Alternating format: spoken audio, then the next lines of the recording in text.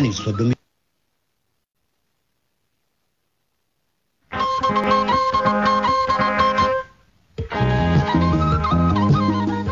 raadiyoon sagalee Ameerikaa wixataa qabee haga jimaataatti galgala keessaa sa'a 2 walakkaa jalqabee haga sa'a 3 meetir baandii 22-25-31 irratti Washington DC irraa kan dabarsu sagantaa afaan Oromoo amma jalqaba.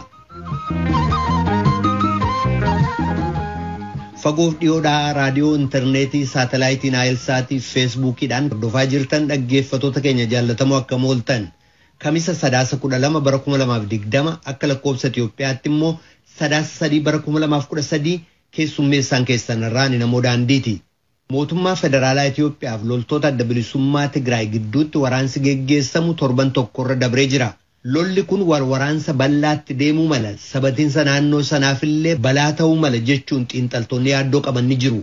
Magaalaa Jimmaa keessatti kanneen kaayyoo Iwaat fiixaan baasuudhaaf socho'aa turan namoonni 26 hidhaman ka jedhan kantiibaan magaalattii meeshaa waraanaaf qarshiin alaa birrii Itoophiyaatti 700 ta'u waliin qabamuullee dubbatu.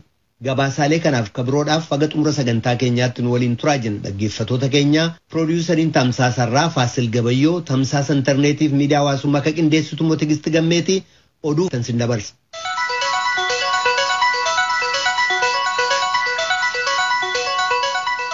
Attamooltan oduun galgala kanaaf qabnu kunoo.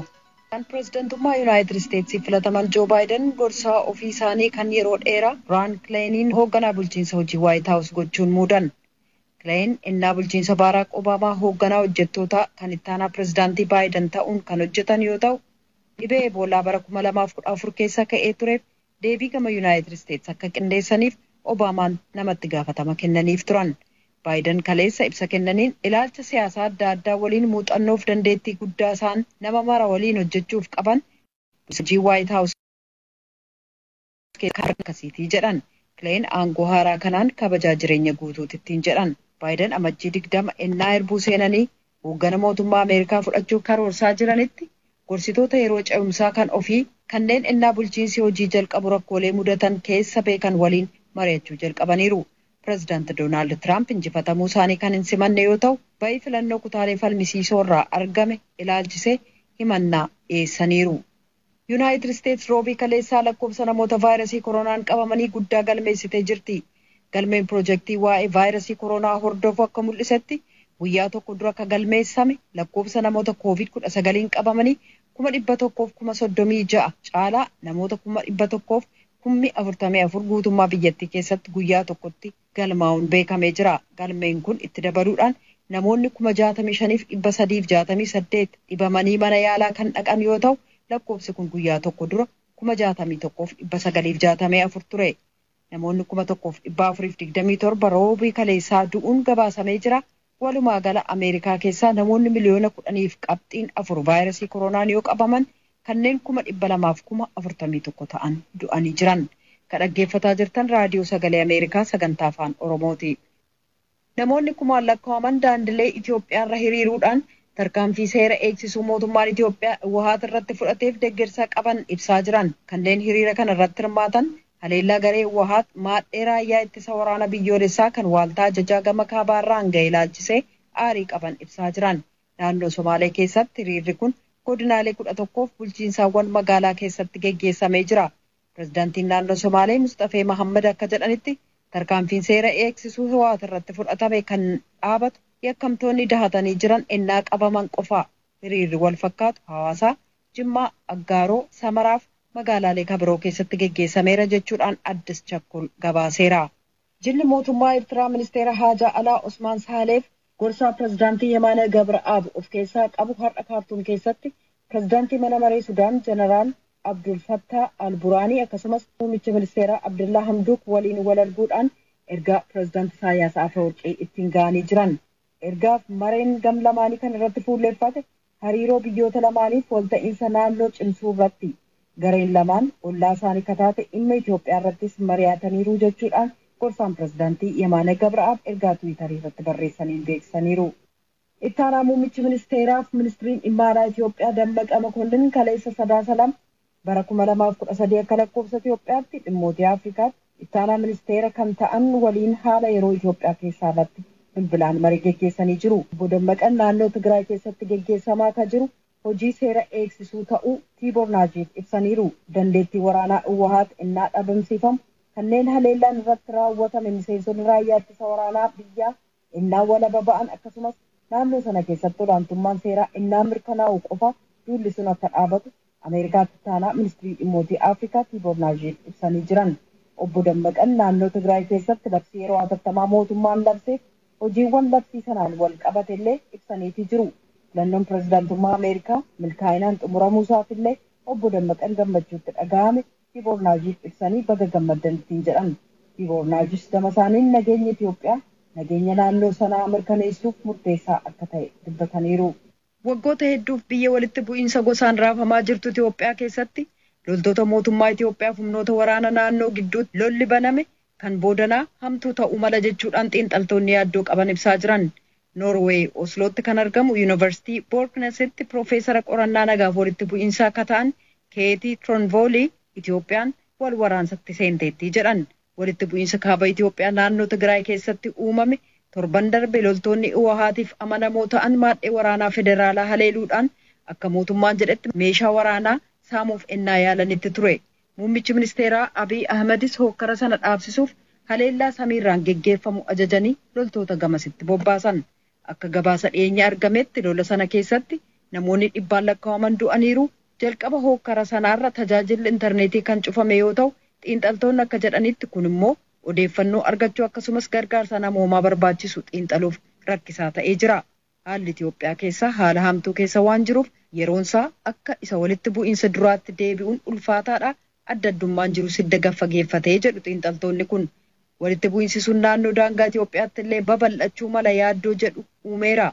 Hoogganaan dhaaba baqattootaa Sudaan torban kan akka gabaasanitti baqattoonni 2,500 daangaa kan ce'an yoo ta'u dhibbaan kan lakkaa'aman guyyaa guyyaatti gamas seenuu jedhan. Mootummaan naannoo Tigraay labsii yeroo hatattamaa labsee jira. Kibxata darbee qabee hojiirra kan oolu labsiin kun waraana Tigraay irratti baname dura dhaabbachuuf akka ta'e mootummaan naannoo sanaa beeksiseera. Kaabineen mootummaa naannoo Tigraay kibxata darbee walgahii geggeesseen nageenya uummata Tigraay eeguuf akkasumas weerararraa isa eeguuf jecha labsiin yeroo hatattamaa kun labsamee jedhe.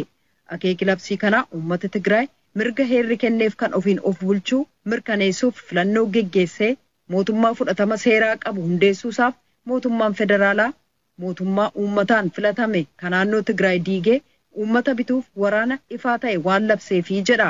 Humni injifatamuun waliigalaa irra ga'e kun mootummaa Eertiraa waliin ta'uudhaan nageenyi uummataa balaarra buusuu isaatiin labsiin kun labsame jedhee jira. Garaagarummaan siyaasaa seeraaf mariidhaan olaantummaan biyyaa dhiitamuun immoo eegumsa humna ittisaan tiksamuu qaba ture kan jedhu labsiin sun haa ta'u malee kan aangoo harkaa qabu mootummaan federaalaa akka labsichi jedhutti mootummaan paartii tokko abbaa irree garee Abiy Ahmed sirna heeraa diiguudhaan biyya ormaatti dabarsee kennuu isaatiin jedha. Kanaaf jecha mootummaan seera idileetti fayyadame weerara samudate to'achuun ulfaataa waan ta'eef jecha labsiin kun labsamee jedhee jira. Akka labsii sanaatti nageenya uummata Tigraay balaaf saaxilu naannoo sana keessa kan jiran paartilee siyaasaa yookaan waaltaa dhuunfaaf mootummaa irratti hojii shororkaa raawwachuu, basaasuu, sirna heera mootummaa naannoo diiguu, hojii yakka qindaa'ee fi bu'uura misoomaarraan miidhaa ga'uun dhorkaadha jedheera. Labsiin sun hagamiif akka turu hin ibsamne magaalaa Maqalee keessa hanga yoonaa tajaajilli baankii bilbilaaf intarneetii addaan cituunsaas beekameera. Gama biraan naannoo Maayikaadiraatti humna addaa Tigraay heddumminaan namoota ajjeesee yakka fixiinsa sanyiitu geggeessame jedhame ittaanaa waajjirri koominikeeshinii naannoo sana obbo Haddush kaasuu kun uummata Tigraay irratti fixiinsa sanyii geggeessamu itti fufsiisuuf ta'e jedhamee olola kijibaa oofamaa jiru jedhan jechuudhaan Mulugeetaa Asbahaa Maqalee irraa gabaaseera. Somaaliyaan filannoo paarlaamaa pirezidaantii geggeessuu ilaalchisee yeroo qabameef boodatti hafaa kan jiru ta'uu gareen walitti bu'iinsa addunyaarraa qoratu ICG'n beeksisee jira.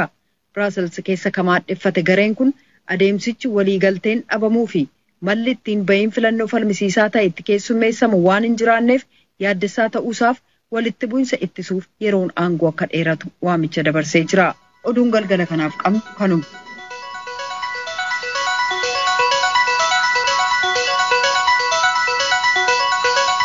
Kadhagaa jirtan as Washington DC irraa kadabru raadiyoo sagalee Ameerikaa sagantaa afaan Oromooti.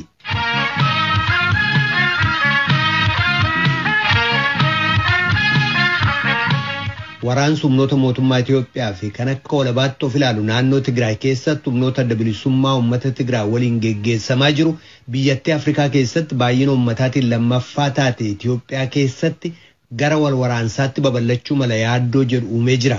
Gara naannoo sana tasgabbii dhorkuutti babal'achuullee mala ka jedhu yaaddoo ka biraa akka ta'e dubbata gabaasaan Muhammad Yesuuf Keeniyaa Naayiroobii irraa erge.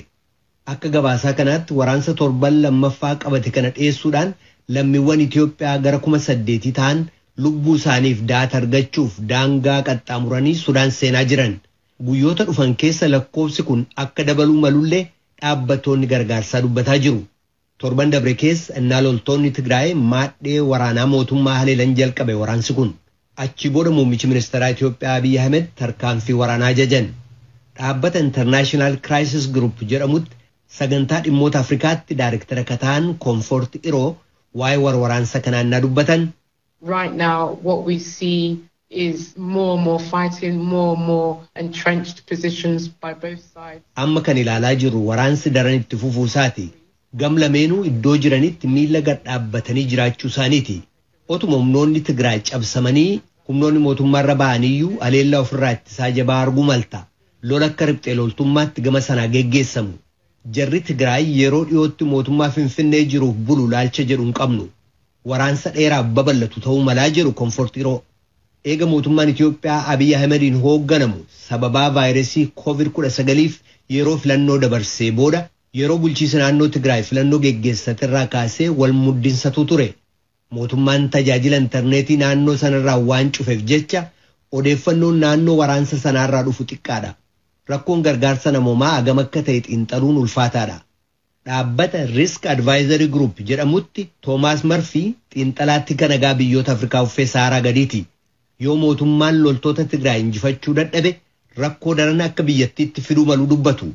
The likelihood of a coup would almost certainly increase if the military fails to defeat the TPLF, and that would probably. Yoo raayyaan waraanaa adda bilisummaa uummata Tigraay injifachuu dadhabe fonqolchi mootummaa geggeessamuu fireen jiru akka dabalu amma tokko mirkana.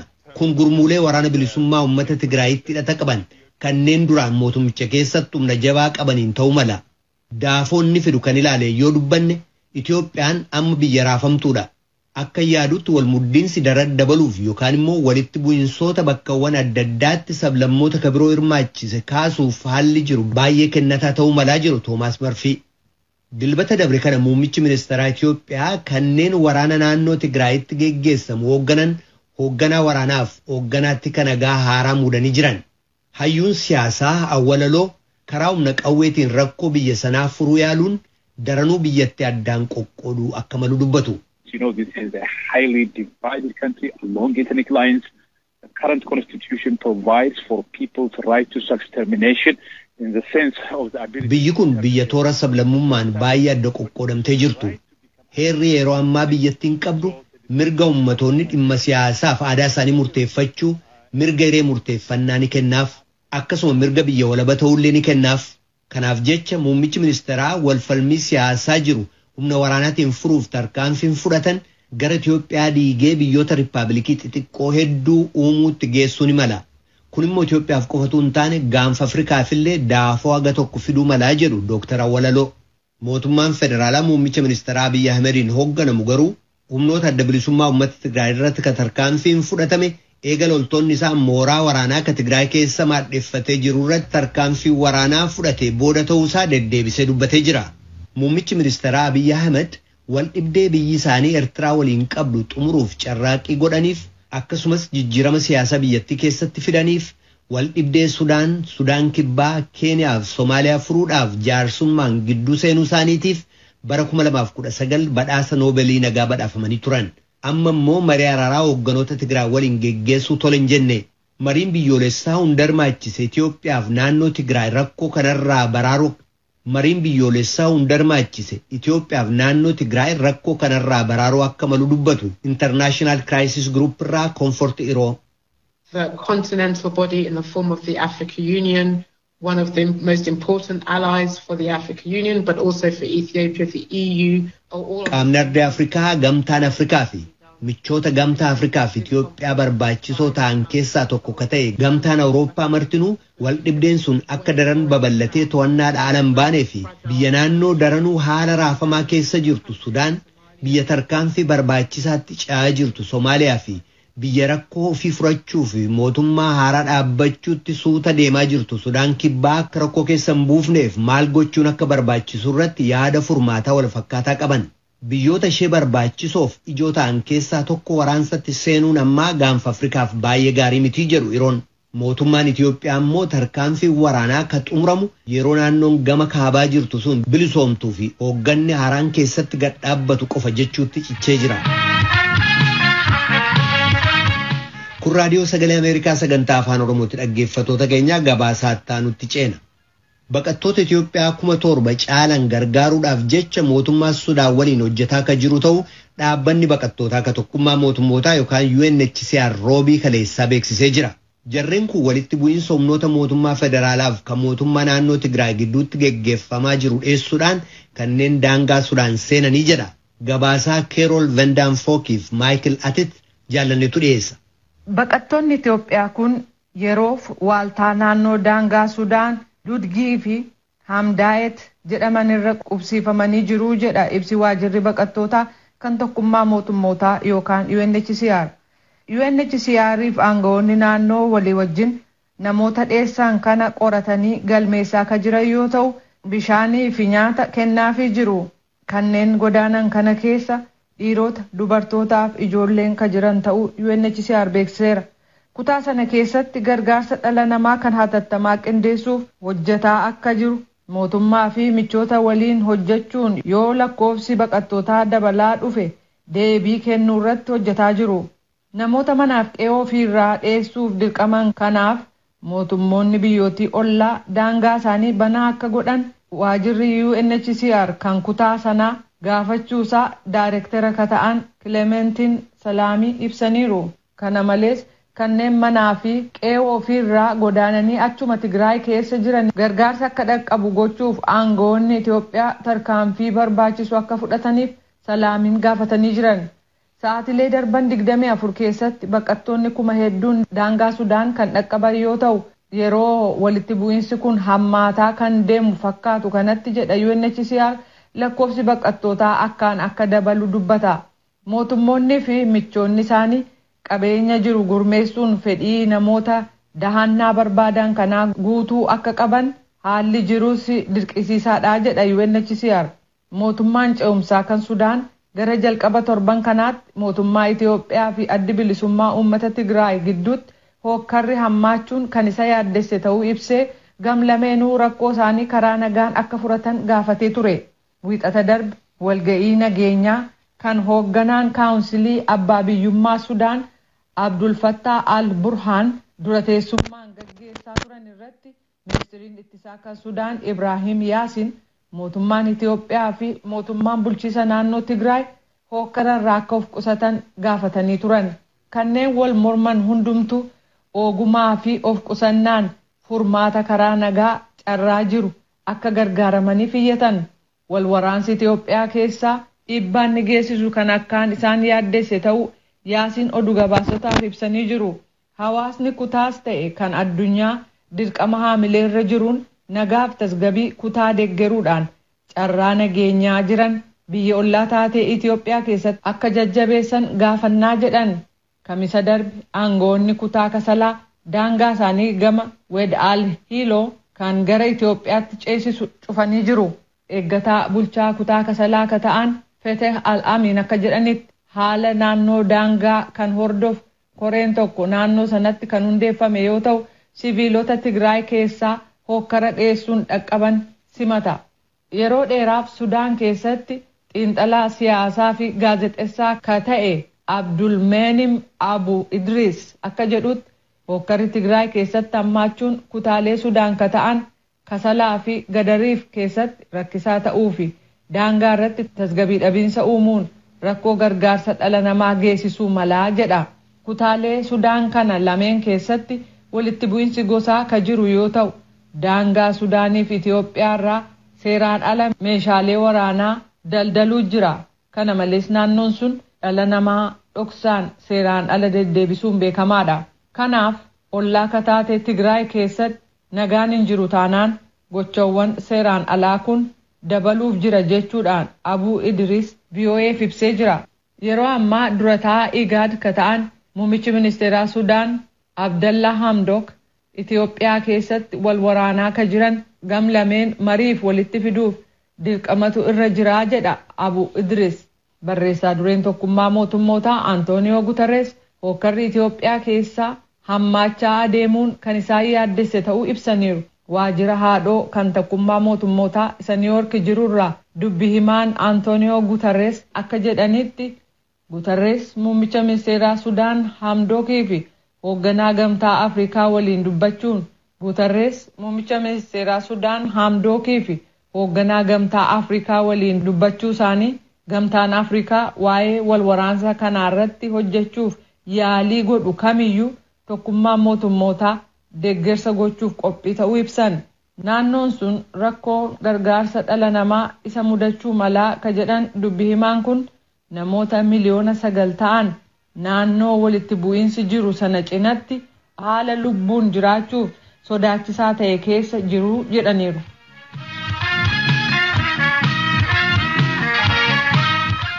Kadhagaa jirtan as Washington DC irraa ka dabru raadiyoo sagalee Ameerikaa sagantaa afaan Oromooti.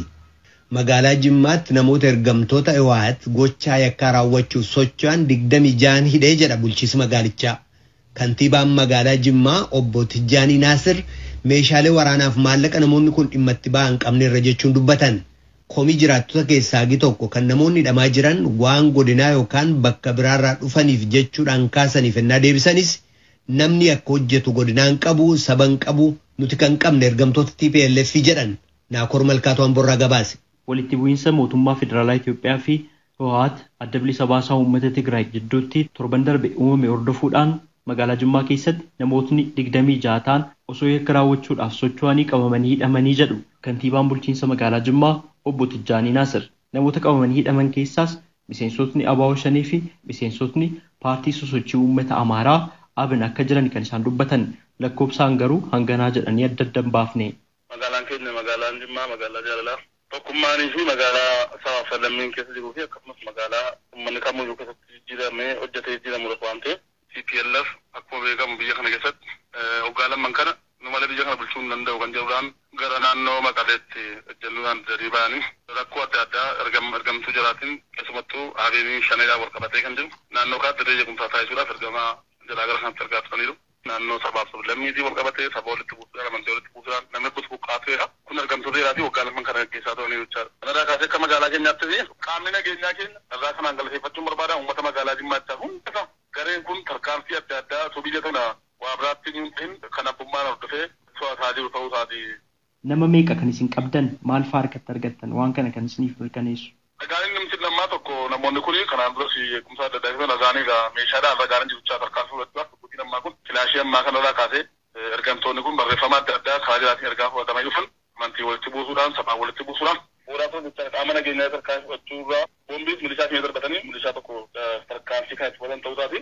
Karaa hojii wal qabamee qabame inni ragaadhaan karaa seeraatiin seera biyya keenya eeggatee tadeema waan ta'eef nu ragaan opereeshinii ragaan namoota kana hojjetuun harkatti qaban namoota 26 oli waan ta'eef jara kaan irrattis immoo deeggaruudhaaf kaasee yaadaan maallaqaaf kan warra kana deeggaran yeroo ammaa keessatti kan qaamni nageenyaa itti adeemaa jiru ta'uu isaati akka magaalaa keenyatti. Durataa itti aanaan sosochii uummata Amaaraa ABO obbo Yusuf Ibrahim dhaabbati siyaasaa isaanii magaalaa Jimmaa keessatti waajjira akka hin qabne dubbatanii miseensotni paartii isaanii hidhamuu waliin wal qabatee odeeffannoo akka hin qabne kan isaan dubbatan.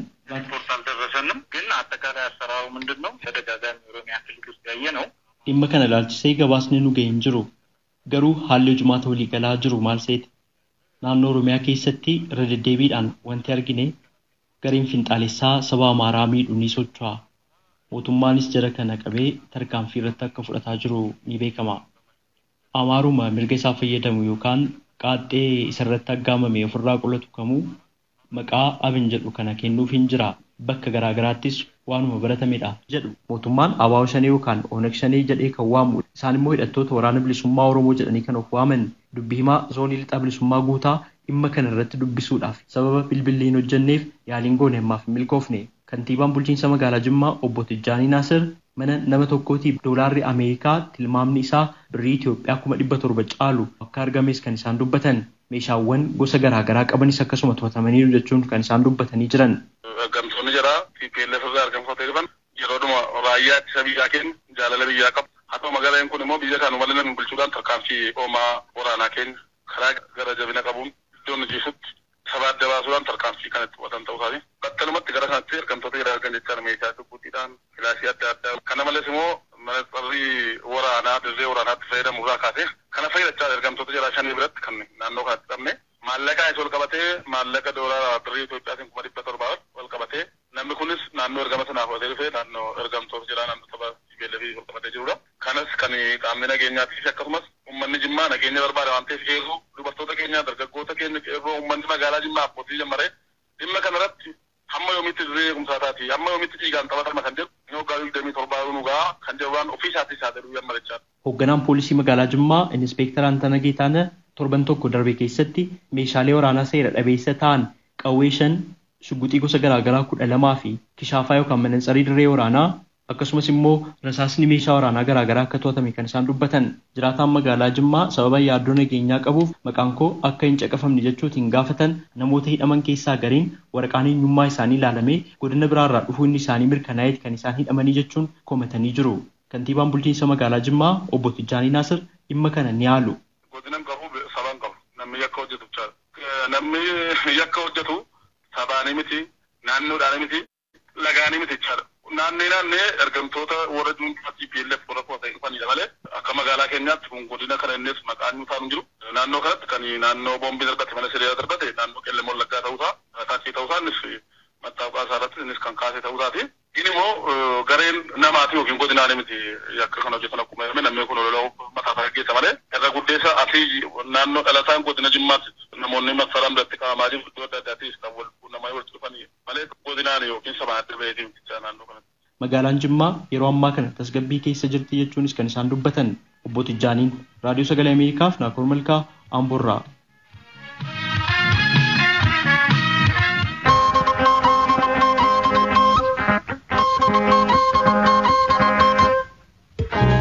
Raadiyoon sagalee Ameerikaa galgala keessaa sa'a 2 walakkaa jalqabee